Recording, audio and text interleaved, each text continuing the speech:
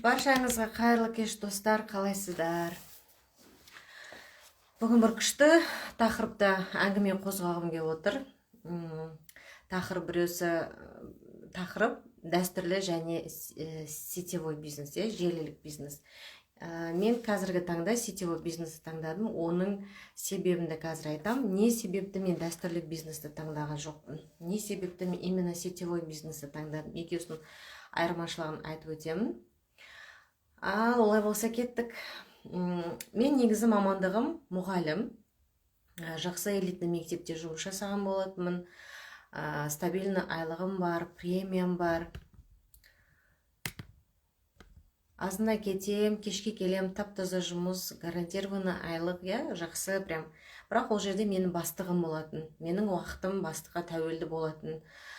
Сонымен уақыт өте келе, отбасылық жағдайға байланысты, менің баламның денсаулығына байланысты, мен ол жұмыстан кетуге тура келді.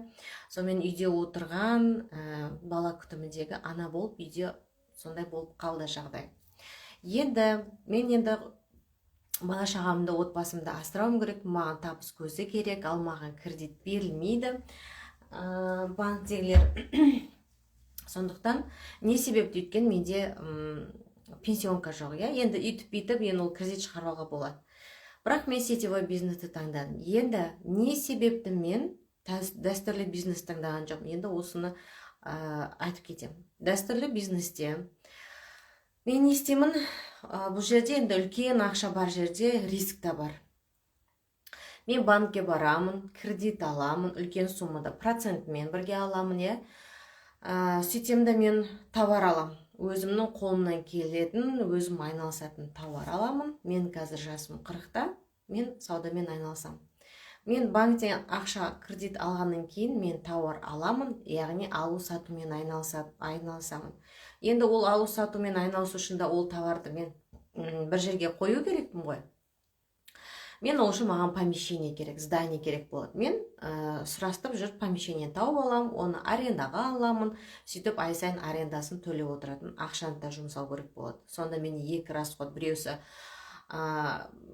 кредиттің ақшасын төлеймін, плюс мен арендаға ақша төлеймін. Енді оны мен жалғыз өзім жасамаймын, мен не істеймін? Мен өзіме сатушы аламын, бухгалтер аламын.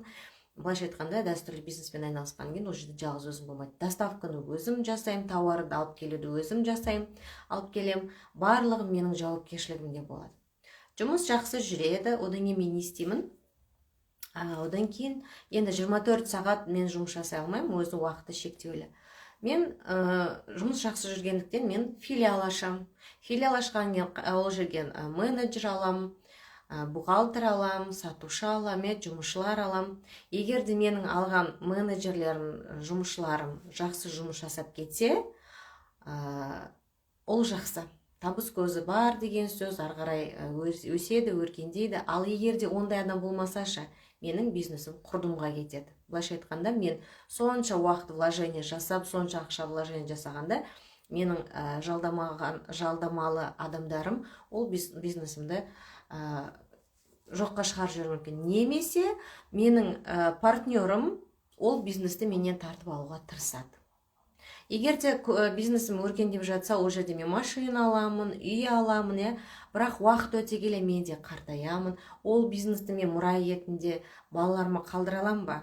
Ол да бір үлкен сұрақ. Мүмкін ол менің бизнесімді басқа балаларым алып кете ала ма, алып кетпей ма? Ол да үлкен сұрақ. Егер де мен тоқтасам, демек ол бизнесте тоқтайды деген сөз. Сондықтан мен не себепті желілік бизнесті таңдадым? Қараңыздар, бұл жерде ең бірінші мен өзіме керек компанияны таңдап алам. Әрине мен оны таңдап алдым. Біздің Қазақстанда брендовый компаниялар өте көп. Барлығының өзіне сәйкес тауарлары бар, маркетинг пландары бар, өздерінің клиенттері бар, партнерлары бар. Бірақ менің таңдауым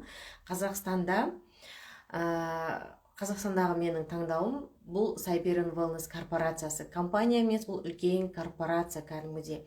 Өзінің өндірісі бар, өзі не шығарып жатқанын біледі. 27 жылдан бері нарықта 65 мемлекетпен серіктес. Қазақстанға келгенде 15 жылдан бері осы Қазақстанда бар. 15 жылдан бері өзінің өнімін нәтиже көрсететін халал, табиғи, таза екендігін біздің Қазақстанда қа дәлелдеп, халал деген сертификат алды. Сертификатты как попало бермейді, білесіздер. Сондықтан менің таңдауым осы Сайберин Wellness болды. Мен бірінші не істедім? Компанияға партнер болып тіркелдім. Бұл жерде ең бастысы мен денсаулығым үшін келдім, сонымен қатар табыс көзін табу үшін келдім. Мен бұл компанияға келіп партнер болып тіркелемін. Компания не істейді? Компания өнімді қамтамасыз етеді, өніммен ол бухгалтерияны қамтамасыз етеді, ол налогты қамтамасыз етеді. Сонымен қатар жұмыс жасап жатқан партнерлардың тауар оборотына байланысты айлық төлейді. Ал мен міндетім не? Мен осы компанияға келгеннің ең бірінші 30 000 теңгемен мен өзіме мына өнімді сатып аламын да, өзімнің денсаулығыма вложение жасаймын. Компанияға емес, бизнеске емес, өзімнің денсаулығыма осы өнімді сатып ала отырып, мен денсаулыққа вложение жасаймын. Былайша айтқанда, компания маған осыны алғаным үшін еще маған бұның максимально 25% төлеп береді жеке кабинетіме. Бұл жерде мен тек қана тұтынушы ғана болмаймын. Бұл жерде енді мен жұмыс жасаймын. Жұмыс жасаған мен енді жалғыз өзім жасағаннан көрі бізге бұл жерде айлық төленеді. Кез келген компанияда маркетинг план бар. Олар міне біздің компанияда мынандай маркетинг жоспарымыз бар. Осы маркетинг жоспарға байланысты рангта, қандай рангта сен қанша табыс табасың, қай жерде сен саяхатқа барасың, қай жерде сен автобонус аласың, қай жерде сен үй программасына қатысасың, сен ол үшін қай жерде қандай айлық аласың. Міне осы бойынша компания әдемілеп все расписали, былайша айтқанда жасап қойған. Енді осы жерде мен жалғыздың үні шықпас, жаяудың шаңы шықпасын әңгімесі. Мен не істеймін? Бұл жерде мен өзіме командаға адам шақырам, командамен бірге жұмыс жасаймын. Командадағы адамдарым, партнерларым тура дәл мен сияқты осылай өздеріне келіп компанияның партнері болып, өзіне өнім алып, денсаулығын реттейді, оның кэшбэгін алады, плюс компанияның беріп жатқан премияларын, айлықтарын алады. Сонымен қатар маған командаға адам шақырып командамен жұмыс жасағаным үшін командалық процент төледі. Былайша айтқанда, бизнес без риска. Осындай өзіңді уақытты бөлесің, жұмыс жасайсың. Біздің компанияда, біздің командада новичок келген кезде ең біріншіден бізде сопровождение бар, бізде наставничество бар, бізде обучение бар. Обучениені ең керегі осы обучениеға. Мен келген кезде немен айналсам? Мен мына продукцияларды мен сата алмаймын, мен пакетке салып жүріп, мен ұсына алмаймын, мен сөйлей алмаймын деуіңіз мүмкін. Бірақ мына қолымыздағы телефонымыз, біздің смартфонымызда интернет болса, болғаны телефон арқылы бізде WhatsApp желісі, TikTok, Instagram, YouTube, осы сабақтар бізде обучение полностью беріледі. Осы полностью обучениеден сіз пошаговый бірінші WhatsApp-пен үйренесіз, жалпы адаммен сөйлесуді үйренесіз, бірінші продукциямен танысасыз. Түсінесіз бе? Продукциямен. Сіз ол продукциямен жұмыс жасау үшін, сіз бірінші оны өзіңіз тұтынасыз. Сіз тұтынбаған продукциямен сіз сата алмайсыз, оны жұмыс жасай алмайсыз. Ал біздің продукциямен сіз міндетті түрде нәтиже көресіз. Айтуыңыз мүмкін, сіздердің неге өнімдеріңіз арзан деп? Жоқ, біздің компанияның өнімдері арзанға жатпайды. Қол жетімді баға деп айтқанымыз дұрыс болар. Келсесіздер, арзан дүние жоқ қазір. Бұрынғы 15-20 теңгенің жұмыртқасының өзі қазір 60 000 теңге, 70-80 000 теңгенің бағасын ұстап тұр. Сол сияқты қазір арзан деген нәрсе жоқ. Барлығы қымбат, бірақ ол қымбат екен деп біз жұмыртқа жемей жүрген жоқпыз. Сол сияқты бұл жерде қол жетімді баға десек, өте дұрыс айтылған болар еді. Енді обучение бізде міндетті түрде жаңа методика бойынша алгоритмге сай, барлығы как положено үйретілген. Үйрене алмай жатсың ба, түсінбей жатсың ба, сұрайсың, бәрін үйретеміз. Былайша айтқанда, 1 жылда, 2 жылда сен жұмыс жасайсың, мейлі сен жарты жылда көтерілуі мүмкін, сен командамен. Қаншалықты командаға сопровождение жасайсың. Ең кереметі бұл жерде айлық өспелі.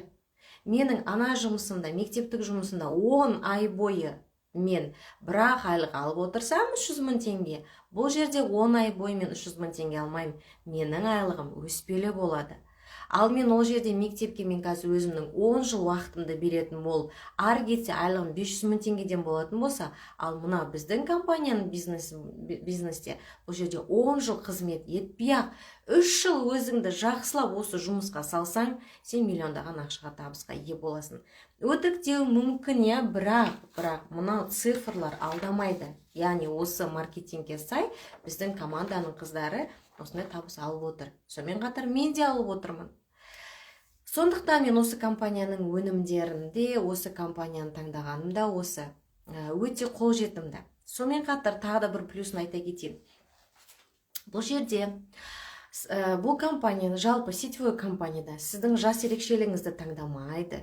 Сіздің жоғарғы біліміңіз бар ма, дипломыңыз бар ма, жоқ па, таңдамайды. Сіз пенсиядағы адам болсаңыз да, үйде отырған ана болсаңыз да, жұмыссыз адам болсаңыз да, студент болсаңыз да, немесе найымдағы адам болсаңыз да, кім болсаңыз да, ең бастысы, хоть пол жуып жүрген кісі болсаңыз да, базардағы сатушы болсаңыз да, ең басты сіздің мен тағы да қосымша табыс тапқым келеді, болмаса үйде отырып табыс тапқым келеді деген мықты желаниеңіз болса, онда біздің компания, біздің бизнес сізге ондай мүмкіндікті береді.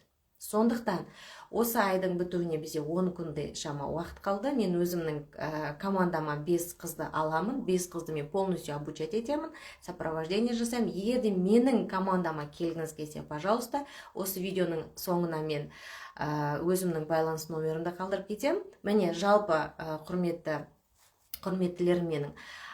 Сетевой бизнес пен дәстүрлі бизнестің екеуісінің айырмашылығын айтып түсіндірдім. Менің таңдауым Сайберн Wellness корпорациясы, желілік бизнес, үйде отырған ерекше баланың анасымын, табыс тауып отырмын. Менімен бірге жұмыс жасаңыз келсе, пожалуйста, мен командама келіңіз. Мен сізбен бірге жұмыс жасауға дайынмын. Айзада, мені командаңа ал, жұмыс жасауға дайынмын, ақша табуға, баюға дайынмын десеңіз, пожалуйста, мен сізбен жұмыс жасауға дайынмын. Жалпы мен айтқым келгені осы, менің таңдауым желілік бизнес, ал сіздердің таңдауларыңыз қандай? Шешім за вами дейді ғой, сіз өзіңіз шешесіз. Сол эфирді сақтап қоям, егер де көріп үлгермеген болсаңыздар, онда видеоны қайталап көрсеңіздер болады. Ал мен сіздермен қоштаспаймын. Келесі видеода кездескенше.